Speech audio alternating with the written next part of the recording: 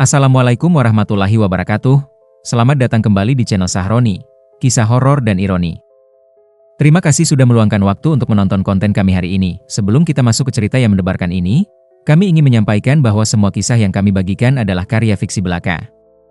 Jika terdapat kesamaan nama tokoh, tempat, atau kejadian dengan kehidupan nyata, kami mohon maaf sebesar-besarnya karena hal tersebut tidaklah disengaja. Bersiaplah untuk memasuki dunia yang penuh dengan ketegangan, misteri, dan ironi yang akan membuat kalian merinding.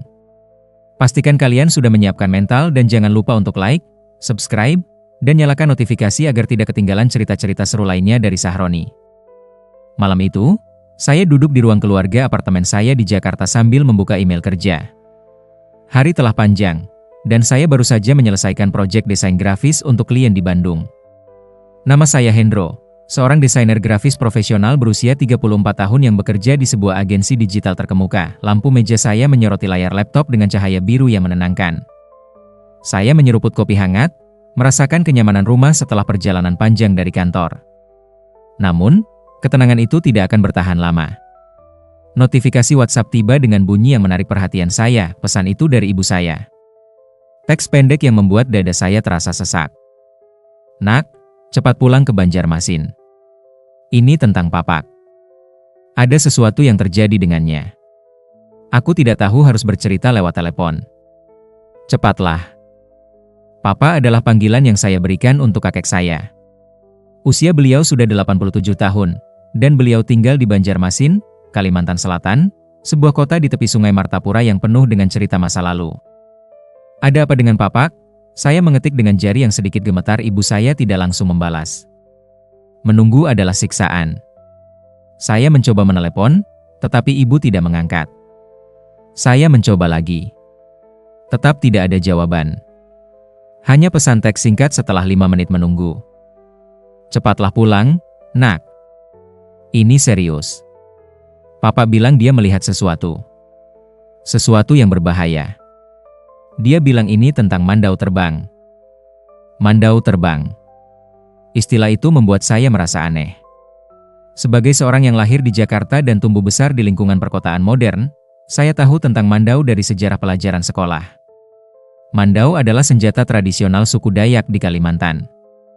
Namun tentang mandau terbang, saya hanya pernah mendengar sebagai cerita turun-temurun, dongeng yang diceritakan oleh kakek-kakek saat kumpul keluarga. "Ibu, ini hanya mitos, bukan?" Saya mengetik, berusaha untuk terdengar rasional, meskipun rasa takut mulai bersarang di dalam hati. Jawaban ibu datang setelah 30 detik. "Kamu tidak mengerti, Hendro. Kakekmu bukan tipe orang yang percaya pada mitos. Dia orang yang logis, yang selalu berpikir dengan akal. Namun, dia bilang dia melihat dengan mata kepalanya sendiri. Dia melihat mandau itu terbang. Datanglah secepatnya." Saya menutup laptop dan langsung mencari penerbangan dari Jakarta ke Banjarmasin. Penerbangan terakhir masih ada, dan saya memesan tiket business class tanpa memikirkan biaya.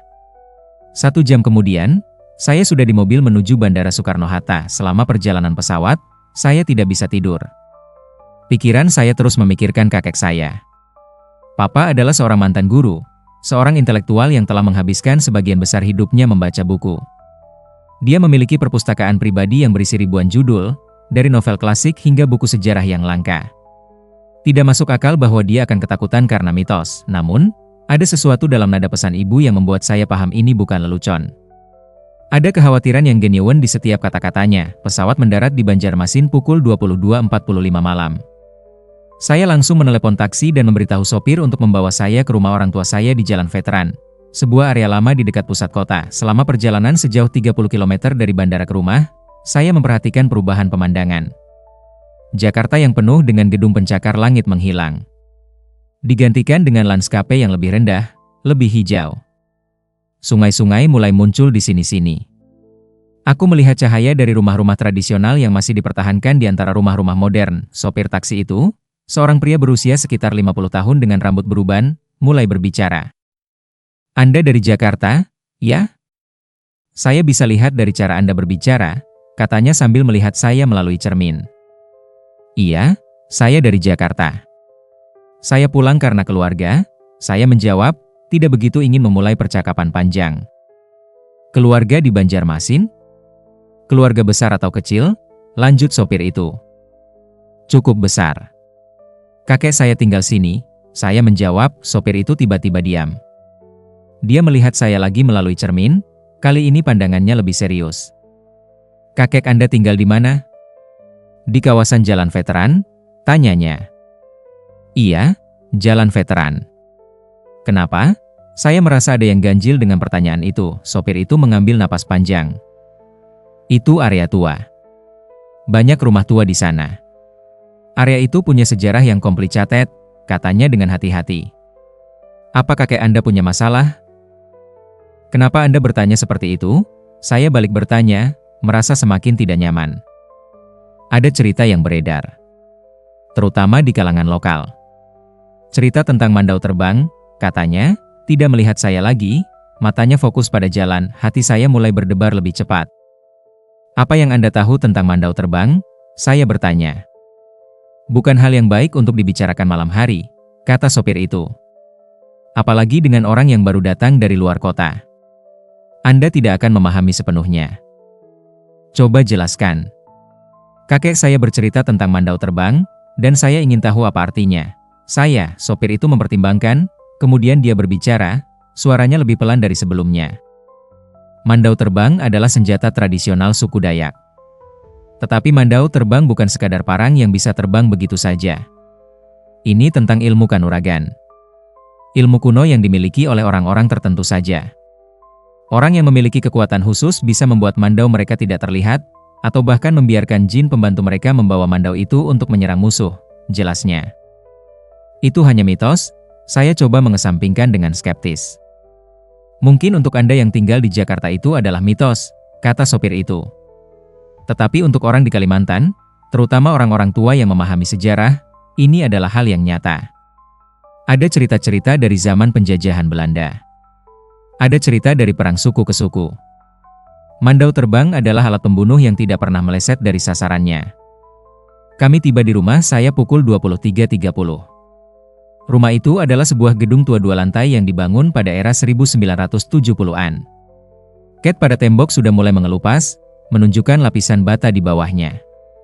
Taman depan masih terlihat rawat dengan beberapa pot tanaman hias. Ibu saya sudah menunggu di depan pintu. Wajahnya terlihat lelah, dan matanya merah seperti baru saja menangis. Syukurlah Anda sampai, kata ibu sambil memeluk saya. Kakekmu di kamar. Dia tidak mau keluar sejak kemarin pagi. Apa yang terjadi, Bu? Dia sakit? Saya bertanya sambil membawa koper saya masuk. Bukan sakit dalam arti biasa, kata ibu, mengajak saya ke ruang keluarga. Duduk dulu. Saya akan menceritakan. Kami duduk di sofa yang sudah cukup tua, dengan berbagai noda bekas tahun-tahun penggunaan. Ibu saya menyalakan lampu meja samping. Kakekmu memiliki teman baik sejak dulu. Namanya Encik Suhardi. Mereka berdua adalah teman sekolah, sudah saling kenal selama lebih dari 60 tahun, mulai ibu saya menceritakan. Saya tahu siapa Encik Suhardi. Dia sering berkunjung saat saya masih kecil, saya ingat sosok pria tua yang ramah dengan senyum yang hangat. Iya, dia sering berkunjung. Mereka saling menemani, berbincang tentang berbagai hal. Encik Suhardi memiliki pengetahuan yang mendalam tentang sejarah Kalimantan, tentang budaya suku Dayak, dan tentang hal-hal yang tidak terlihat. Lanjut ibu, memilih kata-katanya dengan cermat. Hal yang tidak terlihat, saya tanya. Hal-hal mistis, kata ibu dengan jelas. Kakekmu tidak pernah percaya pada hal seperti itu. Dia selalu bilang bahwa sains dan logika dapat menjelaskan segala sesuatu. Tetapi selama bertahun-tahun mendengarkan cerita dari Encik Suhardi, dia mulai membuka pikiran. Apa yang terjadi dengan Encik Suhardi? Saya tanya, merasa ada yang tidak dikatakan. Dia meninggal, Nak. 3 minggu yang lalu. Dia sakit mendadak, dan dokter bilang itu adalah serangan jantung. Dia meninggal di rumah sakit dengan kakekmu di sampingnya, kata ibu, matanya berair. Kematian Encik Suhardi membuat kakekmu sedih. Mereka adalah teman terbaik, lanjut ibu. Namun, yang membuat kakekmu ketakutan adalah apa yang terjadi setelah pemakaman Encik Suhardi. Saya mendengarkan dengan tenang, namun hati saya mulai berdebar dengan perasaan bahwa cerita ini akan menjadi sesuatu yang besar. 2 hari setelah pemakaman, Kakekmu menerima surat dari Encik Suhardi. Surat dalam amplop tertutup yang dikirim melalui kurir khusus. Tapi itu aneh, karena Encik Suhardi sudah meninggal, jadi bagaimana dia bisa mengirim surat? Tanya ibu secara retoris. Mungkin Encik Suhardi mengirim surat sebelum dia meninggal, saya coba memberikan penjelasan logis. Itulah yang dipikirkan kakekmu. Dia membuka surat itu dengan keingintahuan. Isinya adalah sebuah pengakuan. Encik Suhardi menulis bahwa dia memiliki rahasia besar yang selama ini dia sembunyikan dari kakekmu, kata ibu. Apa rahasia itu? Saya tanya. Encik Suhardi menulis bahwa dia adalah pemilik dari sebuah mandau terbang. Mandau yang diwariskan oleh ayahnya, yang diwariskan oleh ayah-ayahnya. Encik Suhardi adalah seorang dayak sakti yang memiliki ilmu kanuragan. Selama bertahun-tahun, dia telah menyimpan mandau itu, dan dia telah menggunakannya hanya ketika sangat diperlukan. Jelas ibu, saya merasa tertarik dan takut pada saat yang bersamaan. Apa yang Encik Suhardi lakukan dengan mandau itu? Saya tanya. Surat itu menjelaskan bahwa mandau itu telah membunuh 6 orang selama hidupnya. 6 orang yang Encik Suhardi percaya layak untuk dibunuh. Orang-orang yang melakukan kejahatan, yang menyakiti keluarganya, atau yang melanggar hukum adat, kata ibu. Itu pembunuhan, saya tersentak. Itu yang dipikirkan kakekmu juga. Tetapi, dalam surat itu, Encik Suhardi mengatakan bahwa dia sudah tua dan hidupnya tidak akan lama lagi. Dia meminta agar kakekmu melindungi mandau itu, atau bahkan menghancurkannya jika kakekmu percaya itu adalah hal yang benar, lanjut ibu. Apa yang kakek lakukan? Saya tanya. Kakekmu sangat terguncang oleh surat itu. Dia bahkan tidak berani menceritakannya kepada siapapun sampai dia menceritakannya kepada saya. Kakek mengatakan bahwa dia perlu waktu untuk berpikir tentang apa yang harus dilakukan. Encik Suhardi juga menulis di surat bahwa mandau itu disimpan di tempat yang aman, dan lokasi tempat itu diberitahu di halaman kedua surat tersebut, jelas ibu. Apa yang terjadi kemudian? Saya tanya, menunggu untuk memasuki bagian yang menakutkan dari cerita. 2 hari setelah kakekmu menerima surat itu, dia memutuskan untuk mengunjungi tempat di mana mandau disimpan. Lokasi itu adalah di rumah Encik Suhardi sendiri, di sebuah ruangan bawah tanah yang tersembunyi di balik rak buku di perpustakaan pribadinya, kata ibu. Kakekmu pergi ke rumah Encik Suhardi saat siang hari untuk menghindari kecurigaan. Rumah Encik Suhardi dibiarkan untuk waktu sementara oleh keluarganya karena mereka masih mengurus masalah harta warisan. Kakekmu memiliki kunci ke rumah Encik Suhardi dari dulu, karena mereka saling memberikan kunci masing-masing rumah, lanjut ibu. Kakekmu masuk rumah Encik Suhardi dan pergi ke perpustakaan. Dia mulai mencari rak buku yang disebutkan di surat. Setelah mencari selama hampir 1 jam, dia menemukan rak yang tepat. Dia menarik rak itu, dan ternyata rak itu bisa digeser, membuka ruangan bawah tanah di belakangnya, kata ibu, dan kali ini suaranya lebih pelan dan penuh dengan kekhawatiran. Saya duduk lebih dekat kepada ibu saya, mendengarkan dengan intens. Di dalam ruangan bawah tanah itu, ada cahaya yang aneh. Cahaya berwarna merah keunguan, seolah-olah ruangan itu diterangi oleh lampu yang tidak kakekmu kenal. Kakekmu merasa takut, tetapi dia tetap maju. Di dalam ruangan itu, dia melihat berbagai macam barang-barang aneh. Ada lilin-lilin yang menyala, ada mantra-mantra tertulis di dinding, dan ada lambang-lambang yang kakekmu tidak mengerti, jelas ibu. Dan mandau itu? Saya tanya. Mandau itu berada di tengah ruangan, diletakkan di atas meja altar yang terbuat dari kayu berakar. Mandau itu terlihat biasa pada pandangan pertama, tetapi ada sesuatu tentang mandau itu yang membuat kakekmu merasa tidak nyaman. Ujung mandau itu terlihat berkilau dengan warna yang gelap, seolah-olah sudah menyerap darah berkali-kali, kata ibu dengan suara yang gemetar. Kakekmu tidak berani menyentuh mandau itu. Dia hanya berdiri di depannya, menatap senjata itu dengan perasaan yang tidak bisa dia jelaskan. Pada saat itu, dia mendengar suara, lanjut ibu. Suara apa? Saya tanya. Suara seperti bisikan. Suara yang tidak tahu arahnya, dari mana asalnya. Suara itu berbicara dalam bahasa Dayak, sebuah dialek yang kakekmu pernah dengar dari Encik Suhardi berkali-kali. Suara itu mengatakan bahwa mandau itu lapar, bahwa mandau itu menginginkan darah, bahwa ada seorang yang berkhianat yang harus dibayar, jelas ibu, dan saya bisa melihat dia ketakutan hanya dengan mengucapkan kata-kata tersebut. Kakekmu keluar dari ruangan itu dengan terburu-buru. Dia langsung pergi dari rumah Encik Suhardi dan kembali ke rumah. Dia tidur siang itu dengan sangat tidak tenang, bermimpi tentang mandau yang terbang mengejar-ngejarnya di udara malam, lanjut ibu. Setelah itu, apa yang terjadi? Saya tanya. Setelah itu, kakekmu mulai mendengar suara-suara aneh di malam hari. Suara-suara bisikan yang sama dengan yang dia dengar di ruangan bawah tanah. Suara itu semakin jelas setiap malamnya. Suara itu berbicara tentang pengkhianatan, tentang janji yang dilanggar, tentang hutang darah yang harus dibayar, kata ibu. Pengkhianatan? Hutang darah?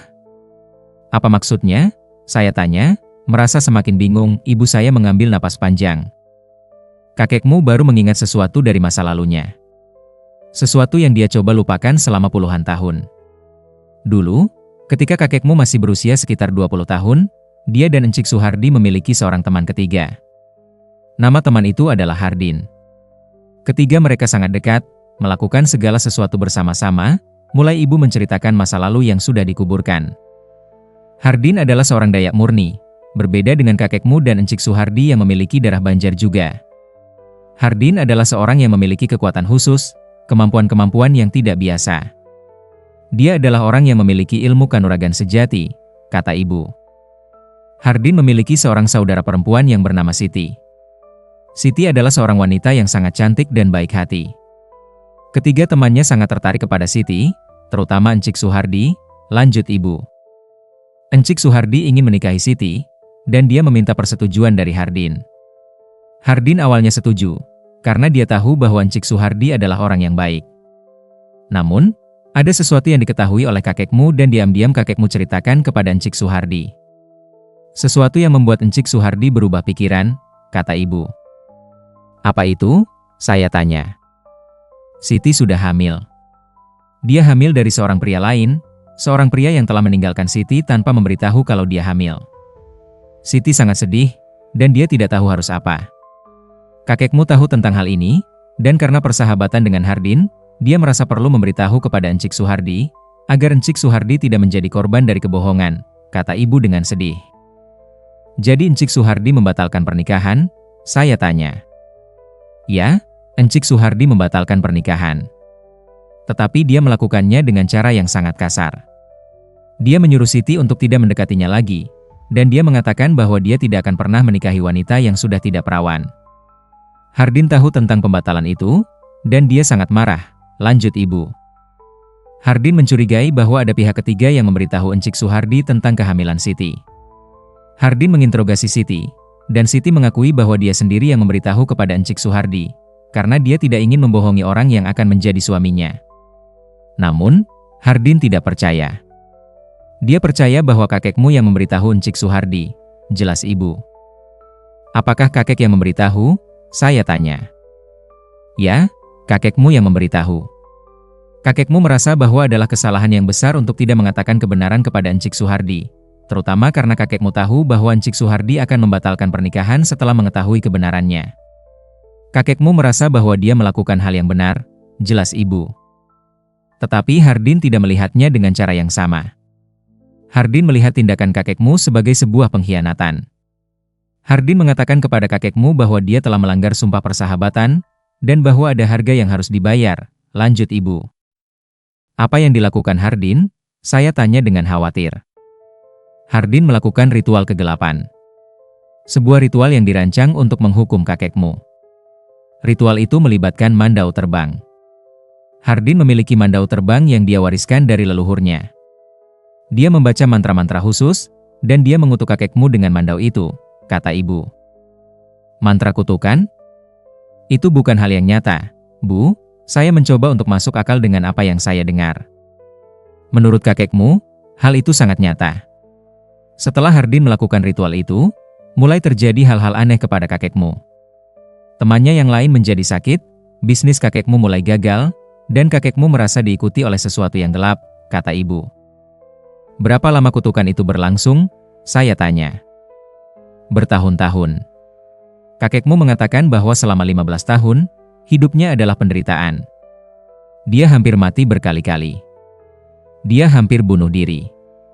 Tetapi dia tetap hidup, dan dia tidak tahu mengapa, jelas ibu. Bagaimana kutukan itu berakhir? Saya tanya. Hardin meninggal. Dia mati dalam keadaan yang mengerikan, menurut cerita yang kakekmu dengar. Hardin ditemukan di hutan dengan tubuh yang hangus, seolah-olah dia terbakar dari dalam.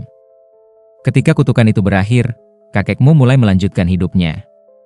Dia menikah dengan nenekmu, punya anak, dan mulai membangun hidup yang baru, kata ibu. Jadi, apa hubungannya dengan Encik Suhardi yang sekarang? Saya tanya. Kakekmu baru menyadari bahwa Encik Suhardi adalah penerus dari ilmu Hardin. Encik Suhardi adalah murid dari Hardin sebelum Hardin meninggal. Encik Suhardi menerima mandau terbang dari Hardin sebagai bagian dari ilmu kanuragan yang Hardin ajarkan kepada dia, kata ibu. Jadi Encik Suhardi yang mengirim kutukan kepada kakek? Saya tanya dengan terkejut. Tidak. Encik Suhardi tidak mengirim kutukan. Tetapi kakekmu percaya bahwa mandau terbang itu, bahkan setelah Hardin meninggal, mandau itu masih mengingat pengkhianatan. Mandau itu masih menginginkan untuk membalas dendam, kata ibu dengan suara yang bergetar. Setelah meninggalnya Encik Suhardi, mandau terbang itu diwariskan kepada seseorang. Kakekmu tidak tahu kepada siapa, tetapi dia percaya bahwa mandau itu sekarang dalam tangan orang yang akan menggunakannya untuk membalas dendam atas nama Hardin dan atas nama Siti, lanjut ibu. Apa yang kakek lihat saat ini? Apa yang membuatnya begitu ketakutan? Saya tanya, mengarahkan pembicaraan kembali ke kejadian saat ini. 3 hari yang lalu, kakekmu melihat mandau itu terbang di depan rumah ini. Dia melihatnya jelas dengan matanya sendiri. Mandau itu tidak terlihat keseluruhan, tetapi kakekmu bisa melihat gagang mandau itu dan sebagian bilahnya. Mandau itu terbang membentuk lingkaran di sekitar rumah, berputar mengelilingi kamar kakekmu, kata ibu dengan ketakutan yang nyata. Ibu, itu mustahil, saya coba menggunakan logika. Dengarkan kakekmu sendiri, kata ibu. Dia ingin berbicara denganmu. Dia bilang hanya kepadamu dia bisa bercerita yang sebenarnya.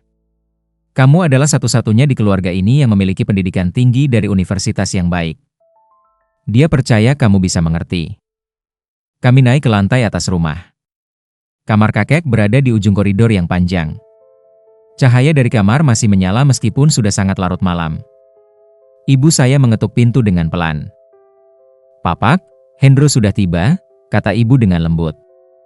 Suruh dia masuk, terdengar suara kakek dari dalam kamar. Saya membuka pintu dan memasuki kamar kakek. Ruangan itu wangi dengan aroma kayu lama dan buku. Kakek saya duduk di tempat tidurnya yang dikelilingi oleh bantal-bantal. Dia terlihat jauh lebih tua dari yang saya ingat. Kulit di wajahnya lebih kendur, dan matanya terlihat lelah, tetapi ada kilatan ketakutan di dalamnya.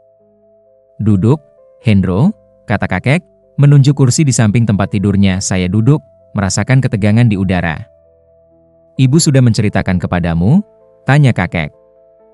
Ya, Papak. Dia menceritakan tentang Hardin, tentang Siti, tentang kutukan, dan tentang mandau terbang. Saya jawab. Kakek mengangguk perlahan, seolah-olah setiap gerakan kepala memerlukan energi yang sangat besar. Ada lebih banyak yang perlu kamu ketahui, kata kakek. Ada lebih banyak kebenaran yang aku sembunyikan dari keluarga karena aku merasa malu dan takut. Apa itu, Papak? Saya tanya. Hardin tidak benar-benar mati, kata kakek dengan perlahan. Saya merasa darah saya membeku. Maksud Papak? Saya tanya dengan ketenangan yang terpaksa.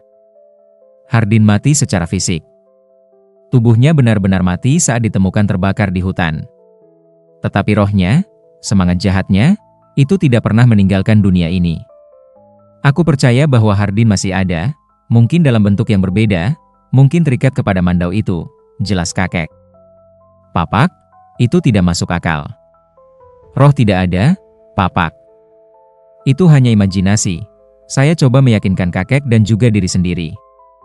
Kamu berbicara dengan papakmu yang sudah hidup selama 87 tahun, yang telah melihat banyak hal yang tidak bisa dijelaskan oleh sains, kata kakek dengan nada yang tegas meskipun suaranya lembut. Ketika aku memasuki ruangan bawah tanah di rumah Encik Suhardi, aku tidak hanya mendengar suara. Aku juga merasakan kehadiran seseorang di sana. Ada energi gelap yang sangat kuat di dalam ruangan itu. Aku tahu bahwa itu adalah Hardin. Aku mengenal energi Hardin, meskipun sudah puluhan tahun aku tidak merasakannya, lanjut kakek. Setelah aku pulang dari rumah Encik Suhardi, aku mulai melihat hal-hal. Aku melihat bayangan di sudut-sudut kamar. Aku mendengar suara-suara bisikan yang berbicara tentang balas dendam, tentang darah, tentang hutang yang belum terbayar, jelas kakek. 3 hari yang lalu, pada pukul 3 pagi, Aku terbangun dari tidur.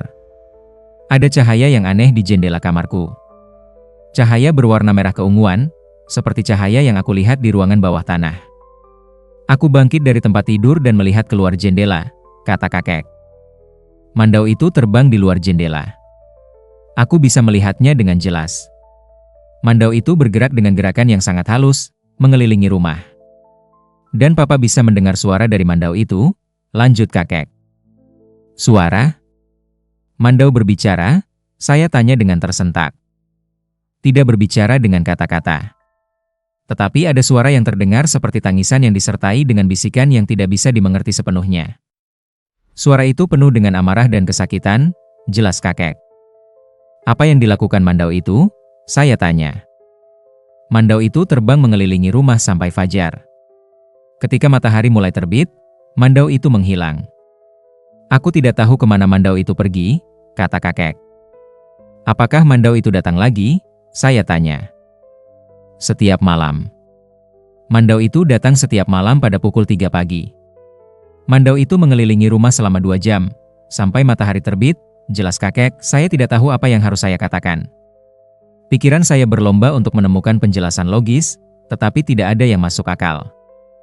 Papak, mungkin itu mimpi. Mungkin papa sedang tidur ketika melihat mandau itu. Saya mencoba, kakek menggeleng. Aku tidak sedang tidur. Aku bangun sepenuhnya. Aku bisa merasakan dingin di kamarku, dingin yang tidak wajar untuk malam di Kalimantan Selatan yang biasanya panas. Aku bisa mencium aroma yang aneh, aroma yang terasa seperti darah dan api, kata kakek. Kemarin malam, ketika mandau itu mengelilingi rumah, terjadi sesuatu yang baru. Mandau itu tidak hanya mengelilingi rumah, tetapi juga berhenti di depan jendela kamar ini.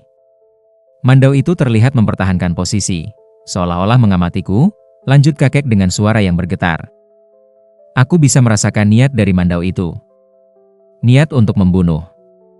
Niat untuk mengambil nyawaku sebagai pembayaran atas pengkhianatan yang aku lakukan kepada Hardin puluhan tahun yang lalu, kata kakek. Apa yang papa lakukan? Saya tanya. Aku membaca ayat-ayat dari Quran. Aku berdoa dengan sungguh-sungguh. Aku meminta perlindungan kepada Tuhan. Mandau itu tidak bisa masuk ke dalam kamarku, tetapi aku tahu itu hanya masalah waktu. Aku tahu bahwa mandau itu akan terus mencoba sampai dia berhasil membunuhku, kata kakek. Aku mendengarkan kakek menceritakan tentang penderitaannya, dan saya mulai merasakan kekhawatiran yang mendalam. Bagian dari diriku percaya bahwa kakek sedang mengalami gangguan mental, mungkin dementia atau penyakit Alzheimer. Tetapi bagian yang lain dari diriku, bagian yang terhubung dengan warisan budaya Indonesia yang kaya akan misteri, mulai bertanya-tanya apakah ada kebenaran dalam cerita kakek. Papak, apa yang papa ingin aku lakukan? Saya tanya. Aku ingin kamu membantu aku untuk menghancurkan mandau itu. Aku ingin kamu untuk pergi ke rumah Encik Suhardi dan mengambil mandau itu dari ruangan bawah tanah. Aku ingin kamu untuk menghancurkannya sebelum mandau itu membunuh siapapun, kata kakek dengan desakan. Bagaimana cara menghancurkan mandau, Papak? Saya tanya. Menurut apa yang Encik Suhardi tulis di suratnya, mandau itu hanya bisa dihancurkan dengan api. Api biasa tidak akan berhasil. Harus ada niat, harus ada doa, dan harus ada pengorbanan, jelas kakek. Pengorbanan? Papak, aku tidak akan mengorbankan apapun, saya kata dengan tegas. Bukan pengorbanan dalam arti yang Papak maksud. Pengorbanan adalah apapun yang Papak miliki yang paling berharga. Sesuatu yang papa rela untuk aku bakar bersama dengan mandau itu, kata kakek. Malam itu, saya tidak tidur. Saya duduk di ruang keluarga sambil memikirkan apa yang telah kakek ceritakan kepada saya. Apakah semua ini nyata? Atau apakah ini adalah delusi yang berasal dari seorang pria tua yang kesepian dan ketakutan? Pada pukul 2 pagi, saya mendengar suara dari kamar kakek. Suara itu adalah suara tangis, atau lebih tepatnya suara yang terdengar seperti someone screaming in pain. Saya langsung berlari ke kamar kakek. Kakek sedang duduk di tempat tidurnya, dan dia menunjuk ke jendela dengan tangan yang gemetar. Lihat! Lihat itu! Mandau itu di luar, teriak kakek. Saya melihat ke arah jendela. Pada awalnya, saya tidak melihat apa-apa. Hanya malam yang gelap. Tetapi kemudian, saya melihatnya. Ada sesuatu di luar jendela. Sesuatu yang bergerak. Sesuatu yang berkilau dengan cahaya yang tidak berasal dari sumber yang terlihat. Bentuknya tidak jelas, tetapi ada sesuatu tentang bentuk itu yang membuat saya merasa panik. Bentuk itu terlihat seperti garis panjang yang bergerak dengan gerakan yang mulus dan alami, seperti makhluk hidup. Saya ingat apa yang katakan sopir taksi kemarin. Mandau terbang adalah alat pembunuh yang tidak pernah meleset dari sasarannya. "Ibu," saya berteriak. "Ibu, bangun." Ibu saya datang berlari ke kamar kakek dalam piyama tidurnya. "Ada apa?" tanya ibu dengan khawatir. Kakek mengatakan ada mandau di luar. Di depan jendela, saya tunjuk keluar jendela. Ibu saya melihat ke arah yang saya tunjuk. Wajahnya menjadi pucat. "Aku melihatnya," kata ibu dengan lembut. "Aku juga melihatnya." Pada saat itu, saya mulai percaya bahwa apa yang kakek katakan adalah nyata. Tidak masuk akal, tetapi nyata. "Apa yang harus kita lakukan?" saya tanya. "Tutup semua gorden. Matikan semua lampu kecuali satu. Jangan ada yang keluar rumah," perintah kakek dengan suara yang tegas meskipun dia masih takut. Kami melakukan apa yang kakek suruh. Selama jam-jam berikutnya, kami duduk bersama di ruang keluarga, menunggu. Mandau itu terus bergerak di sekitar rumah. Kadang-kadang kami bisa mendengar suara yang lembut, seperti suara yang kakek jelaskan sebelumnya. Suara itu penuh dengan amarah dan kesakitan. Ketika fajar mulai muncul, gerakan di luar jendela menjadi lebih cepat, lebih ganas. Seolah-olah mandau itu tahu bahwa cahaya akan membuat dia harus pergi.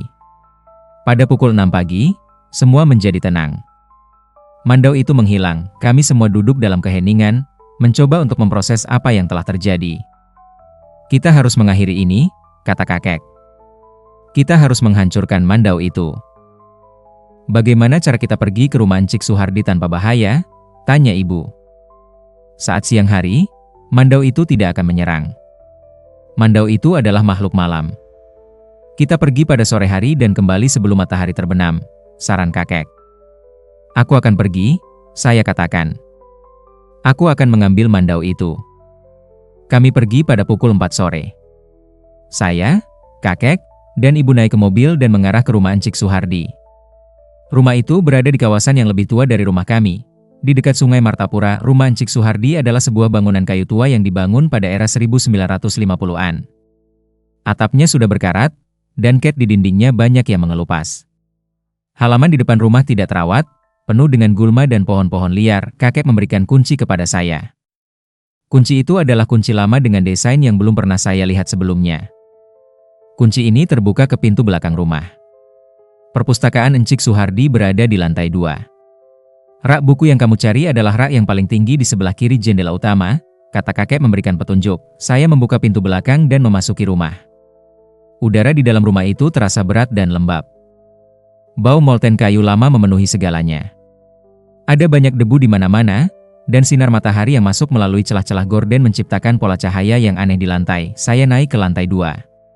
Perpustakaan Encik Suhardi adalah sebuah ruangan yang sangat besar, penuh dengan rak-rak buku dari lantai hingga ke langit-langit. Ada ribuan buku di sini, mungkin lebih dari yang kakek miliki di rumahnya. Saya menemukan rak yang kakek jelaskan. Rak tertinggi di sebelah kiri jendela. Saya mulai menarik rak itu, tetapi pada awalnya rak itu tidak bergerak. Saya menarik lebih kuat, dan kemudian rak itu bergeser dengan suara yang mengisi ruangan. Di belakang rak, ada pintu kecil yang terbuat dari besi. Pintu itu berkarat, tetapi masih bisa dibuka. Saya membuka pintu itu, dan cahaya merah keunguan yang kakek jelaskan menyorot keluar. Cahaya itu datang dari lilin-lilin yang menyala di dalam ruangan bawah tanah. Ada 4 lilin besar, masing-masing di setiap sudut ruangan. Cahaya mereka menciptakan bayangan yang bergerak di dinding-dinding batu. Saya turun dengan hati-hati menuju ruangan bawah tanah. Ruangan itu lebih kecil dari yang saya bayangkan, hanya sekitar 2 meter kali 3 meter. Dinding-dindingnya terbuat dari batu granit, dan lantainya adalah tanah yang kasar. Mandau itu berada di tengah ruangan, di atas sebuah altar kecil yang terbuat dari kayu berakar. Mandau itu terlihat seperti yang kakek jelaskan. Bilahnya panjang, mungkin sekitar 70 cm, dan berkilau dengan warna yang dalam, seolah-olah sudah menyerap cahaya matahari berkali-kali dan memilih untuk tidak melepaskannya. Gagang mandau itu terbuat dari tanduk rusa, dan di bagian atas gagang ada hiasan yang terbuat dari rambut manusia.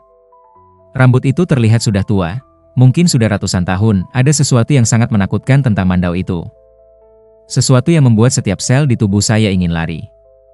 Tetapi saya memaksa diri saya untuk tidak lari. Saya harus mengambil mandau itu. Saya mengambil langkah yang hati-hati menuju altar. Ketika saya semakin dekat, saya mulai merasakan suatu energi yang gelap. Suatu energi yang seperti tangan yang dingin menyentuh punggung saya. Ketika saya mencapai altar, saya mendengar suara. Suara yang sama seperti yang kakek jelaskan. Suara bisikan yang penuh dengan amarah. Pengkhianat, bisik suara itu dalam bahasa Dayak. Pengkhianat yang telah membawa penderitaan kepada Siti, yang telah membawa kesengsaraan kepada Hardin, yang harus membayar dengan darah. Saya mulai ketakutan, tetapi saya terus melangkah. Saya meraih mandau itu. Ketika tangan saya menyentuh gagang mandau itu, saya merasakan seolah-olah saya menyentuh sesuatu yang hidup. Suara semakin keras, semakin marah. Tidak. Tidak. Mandau ini adalah milik kami. Mandau ini harus membawa balas dendam. Mandau ini harus membunuh penyebab kesengsaraan Hardin. Teriak suara itu, lilin-lilin mulai bergerak dengan angin yang tidak ada. Cahaya merah keunguan mulai berubah menjadi cahaya merah yang lebih gelap, hampir seperti warna darah. Saya merasakan udara di ruangan itu menjadi sangat dingin sehingga napas saya mulai membuat uap. Saya mengambil mandau itu dari altar dan langsung berlari ke arah pintu. Ketika saya berlari, saya mendengar suara yang semakin keras, semakin menggila. Suara itu tidak hanya terdengar di telinga saya, tetapi juga terasa di dalam kepala saya, di dalam pikiranku. Saya sampai ke pintu dan berlari keluar dari ruangan bawah tanah. Saya langsung menutup pintu itu dan mendorong rak buku kembali ke posisi awalnya. Ketika rak buku itu kembali ke tempat, keheningan jatuh ke rumah Encik Suhardi. Saya turun dari lantai 2 dengan terburu-buru, membawa mandau itu di tangan saya. Saya keluar dari rumah dan kembali ke mobil di mana kakek dan ibu menunggu. Apakah berhasil? Tanya kakek ketika saya membuka pintu mobil. Ya, saya jawab sambil menunjukkan mandau itu. Kakek mengambil mandau itu dari tangan saya dengan hati-hati. Dia menatap mandau itu untuk beberapa saat, dan saya bisa melihat penyesalan dan kesedihan di matanya. Kami harus menghancurkannya hari ini, kata kakek. Sebelum matahari terbenam. Sebelum mandau itu menjadi lebih kuat. Kami kembali ke rumah. Kakek langsung pergi ke gudang di belakang rumah dan mengambil kaleng bensin. Saya membantu kakek menyiapkan api. Pengorbanan harus sesuatu yang paling berharga bagi kita, kata kakek. Kakek pergi ke kamarnya dan kembali membawa sejumlah besar surat-surat, foto-foto lama, dan sebuah buku besar yang terlihat sangat tua. Apa ini, Papak? Saya bertanya. Ini adalah jurnal Hardin. Jurnal yang Encik Suhardi berikan kepada kakek dalam surat. Jurnal ini mencatat setiap pembunuhan yang dilakukan dengan mandau terbang. Jurnal ini adalah catatan dari kesalahan-kesalahan Hardin dan kesalahan kakek, kata kakek dengan suara yang sedih. Dan foto-foto ini adalah kenangan kakek dengan Hardin dan Encik Suhardi. Kenangan dari ketika kakek masih muda dan belum menjadi pengkhianat. Lanjut kakek. Kakek menyiapkan api di halaman belakang rumah. Api itu mulai menyala dengan tinggi, dan panas dari api itu menyentuh wajah kami. Sebelum kakek menghancurkan mandau ini, kakek ingin meminta maaf, kata kakek. Kakek berdiri di depan api dengan mandau itu di tangannya. Dia berbicara dalam bahasa Dayak, bahasa yang jarang saya dengar kakek gunakan.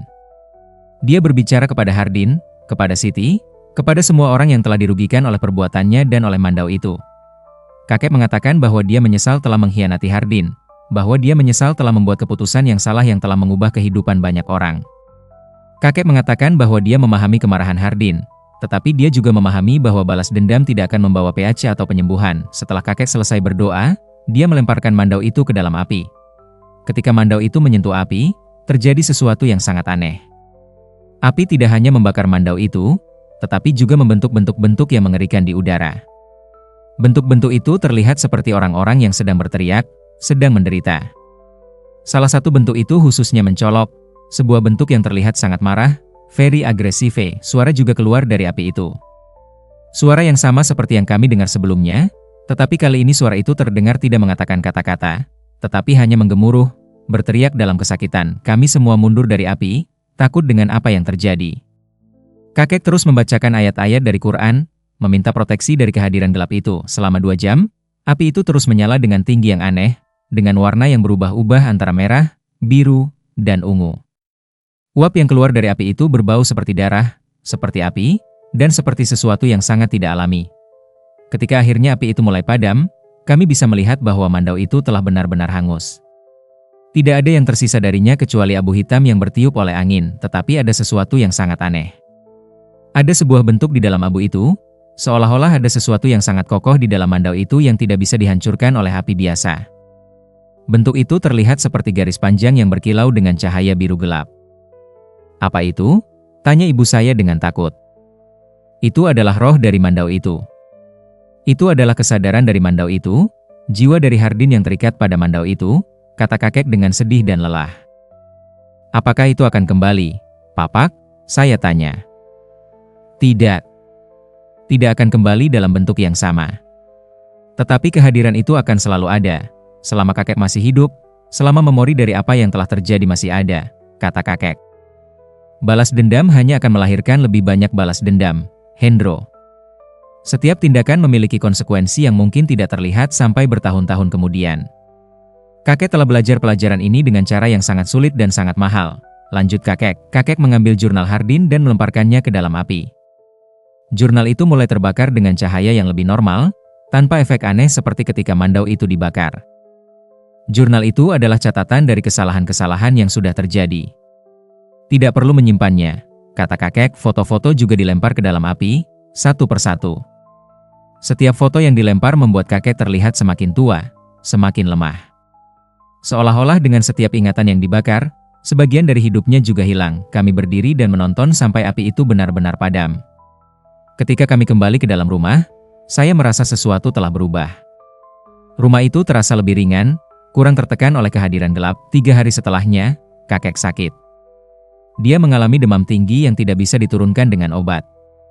Dokter datang dan memberikan antibiotik, tetapi demam kakek tidak mau hilang. Pada malam kelima, ketika saya duduk di samping tempat tidur kakek yang sudah semakin lemah, kakek berbicara kepada saya. "Hendro, dengarkan aku dengan baik," kata kakek dengan suara yang sangat lemah. "Ya, Papak," saya menjawab sambil memegang tangan kakek yang dingin. Apa yang telah terjadi ini adalah konsekuensi dari kesalahan kakek. Kesalahan yang dilakukan lebih dari 60 tahun yang lalu. Mandau itu hanya adalah manifestasi dari energi gelap yang telah kakek ciptakan dengan pengkhianatan itu, kata kakek. "Jangan percaya bahwa ada di dunia ini kekuatan yang dapat menghancurkan karma. Tidak ada. Hanya karma itu sendiri yang dapat menghancurkan karma, dengan cara yang berbeda-beda untuk setiap orang," lanjut kakek. "Kakek mungkin akan pergi sebelum fajar. Kakek bisa merasakan itu. Kakek tidak takut, karena kakek tahu bahwa ini adalah apa yang seharusnya terjadi," kata kakek. "Papak, jangan berbicara seperti itu." Saya coba untuk bercerita kepada kakek bahwa dia akan sembuh, tetapi saya tahu bahwa saya berbohong. "Kakek ingin kamu untuk belajar dari apa yang telah terjadi. Kakek ingin kamu untuk memahami bahwa setiap kata yang kita ucapkan, setiap tindakan yang kita lakukan, memiliki konsekuensi yang mungkin tidak terlihat hari ini tetapi akan datang esok hari atau bertahun-tahun kemudian," kata kakek. "Jangan seperti kakek. Jangan mengorbankan orang lain untuk keuntungan pribadi kamu. Jangan membiarkan ambisi atau takut untuk menggerakkan perbuatan kamu yang tidak masuk akal," lanjut kakek. Pada dini hari, ketika jam menunjukkan pukul 3, tepat waktu ketika mandau itu biasanya datang, kakek menutup matanya dan berhenti bernafas. Kakek pergi dengan tenang, tanpa kekerasan, tanpa penderitaan lebih lanjut. Saya menangis ketika kakek meninggal. Saya menangis bukan hanya karena kakek meninggal, tetapi karena kakek telah meninggalkan Anda dengan beban cerita yang sangat berat. Setelah pemakaman kakek, saya kembali ke Jakarta. Tetapi sesuatu telah berubah dalam diri saya. Saya tidak bisa melupakan cerita itu. Cerita tentang mandau terbang, tentang Hardin, tentang balas dendam, tentang konsekuensi dari pengkhianatan. Setiap malam ketika saya berbaring di tempat tidur saya di Jakarta, saya mendengar suara. Suara itu tidak jelas, tetapi suara itu terdengar seperti bisikan yang jauh-jauh. Suara itu berbicara dalam bahasa yang saya tidak sepenuhnya mengerti. Tetapi saya tahu bahwa suara itu berbicara tentang saya. Saya mulai mengalami mimpi yang buruk. Dalam mimpi-mimpi itu, saya melihat mandau yang terbang mengejar saya melalui kota-kota yang terkenal, melalui jalan-jalan yang tidak saya kenal. Dalam satu mimpi, mandau itu menangkap saya, dan saya bisa merasakan ujung tajam mandau itu memotong leher saya. Ketika saya terbangun dari mimpi itu, saya merasakan cairan hangat di leher saya. Ketika saya menyalakan lampu dan pergi ke cermin, saya tidak melihat luka apapun. Tetapi saya bisa merasakan sakit di sana, sakit yang sangat nyata. 3 bulan setelah kematian kakek, saya mulai merasakan gejala yang aneh. Gejala penyakit yang tidak bisa dijelaskan oleh dokter apapun. Saya mengalami batuk yang tidak hilang-hilang, saya kehilangan berat badan dengan cepat, dan saya sering merasa lelah meskipun saya telah tidur banyak. Dokter melakukan tes yang berbeda-beda, tetapi semua tes datang kembali dengan hasil yang normal. Tidak ada yang salah dengan tubuh saya menurut tes medis, tetapi tubuh saya terus memburuk. Saya menyadari bahwa penyakit saya adalah penyakit yang sama yang kakek alami sebelum kakek meninggal. Penyakit yang datang dari kehadiran gelap, penyakit yang datang dari energi negatif yang masih terhubung kepada kakek, dan sekarang terhubung juga kepada saya karena saya telah menyentuh mandau itu. Saya pergi ke Banjarmasin lagi, kali ini tanpa harapan untuk hidup lebih lama. Saya pergi ke kuburan kakek dan saya duduk di sana, menunggu. Saya berbicara kepada kakek. Saya meminta maaf kepada kakek karena saya tidak dapat melindungi kakek dari mandau itu. Saya meminta maaf kepada kakek karena saya menyentuh mandau itu, dan sekarang saya memiliki beban yang sama dengan kakek. Ketika saya duduk di kuburan kakek, saya mendengar suara. Suara yang sama seperti yang kakek dengar sebelumnya. Suara yang berbicara dalam bahasa Dayak. "Kamu juga adalah pengkhianat," kata suara itu. "Kamu adalah cucuku dari pengkhianatan itu. Kamu memiliki darah yang sama. Kamu harus membayar, seperti kakekmu telah membayar." Saya tidak melawan suara itu. Saya hanya menunggu untuk apa yang akan terjadi. Karena saya tahu bahwa tidak ada yang bisa saya lakukan untuk menghindarinya. Malam itu, ketika saya berbaring di tempat tidur di rumah kakek yang sekarang menjadi rumah ibu saya melihat mandau itu terbang memasuki kamar saya. Mandau itu sama seperti sebelumnya, berkilau dengan cahaya gelap, bergerak dengan gerakan yang halus dan mengerikan. Mandau itu berhenti di atas tempat tidur saya, dan saya bisa merasakan dingin yang sangat ekstrim. Dingin itu menyentuh kulit saya dan membuat darah saya membeku. "Ini saatnya," bisik suara itu dari mandau itu. Mandau itu turun, dan saya merasakan ujungnya yang tajam menyentuh leher saya. Saya tidak bergerak. Saya tidak melawan. Saya hanya menutup mata dan menunggu akhir, tetapi ujung mandau itu tidak memotong leher saya. Sebaliknya, mandau itu memotong di sisi tubuh saya, di atas jantung saya. Saya merasa cairan hangat mengalir ke dalam tubuh saya. Saya membuka mata, tetapi kamar sudah gelap. Mandau itu sudah hilang. Tetapi saya bisa merasakan sesuatu yang sangat penting telah diambil dari saya. Sesuatu yang namanya adalah nyawa, harapan, masa depan. Saya meninggal pada pukul 5 pagi, tepat sebelum fajar. Saya meninggal di kamar yang sama di mana kakek meninggal. Mungkin di tempat tidur yang sama, mungkin dengan rasa sakit yang sama. Ibu saya menemukan saya ketika dia bangun. Dia mencoba untuk menyelamatkan saya, tetapi sudah terlambat. Saya sudah pergi. Polisi datang dan melakukan investigasi. Mereka tidak menemukan tanda-tanda kekerasan di tubuh saya. Tidak ada tanda-tanda luka atau penyakit apa yang bisa menjelaskan kematian saya. Mereka menyimpulkan bahwa saya meninggal karena serangan jantung, seperti Encik Suhardi dan kakek. 3 kematian aneh dalam satu keluarga, ketiga-tiganya terjadi pada waktu yang sama, antara pukul 3 sampai 5 pagi. Tetapi polisi tidak menganggap ini sebagai sesuatu yang mencurigakan. Bagi mereka, itu hanya kebetulan yang tragis. Namun, cerita tidak berakhir di sini. Sebulan setelah kematian saya, adik saya yang tinggal di Jakarta mulai mengalami hal-hal yang aneh. Dia mulai mendengar suara bisikan, dia mulai melihat bayangan yang bergerak, dia mulai mengalami nightmare yang mengerikan. Adik saya, yang namanya Dendra, menceritakan kepadanya bahwa dia merasa ada sesuatu yang mengejarnya. Sesuatu yang gelap, sesuatu yang jahat. Dendra menelepon ibu dan bertanya tentang saya, tentang apa yang telah terjadi. Ibu mengatakan bahwa saya telah meninggal, tetapi ibu tidak mengatakan kronologi lengkap dari apa yang telah terjadi, cara-cara mistis dari kematian saya. Dendra mulai menyadari bahwa dia memiliki hubungan darah dengan sesuatu yang sangat gelap. Sesuatu yang tidak akan puas hanya dengan 3 nyawa. Sesuatu yang akan terus membunuh, generasi demi generasi, sampai darah dari pengkhianatan kakek sepenuhnya terpulangi. Dendra tidak tahu apa yang harus dilakukan.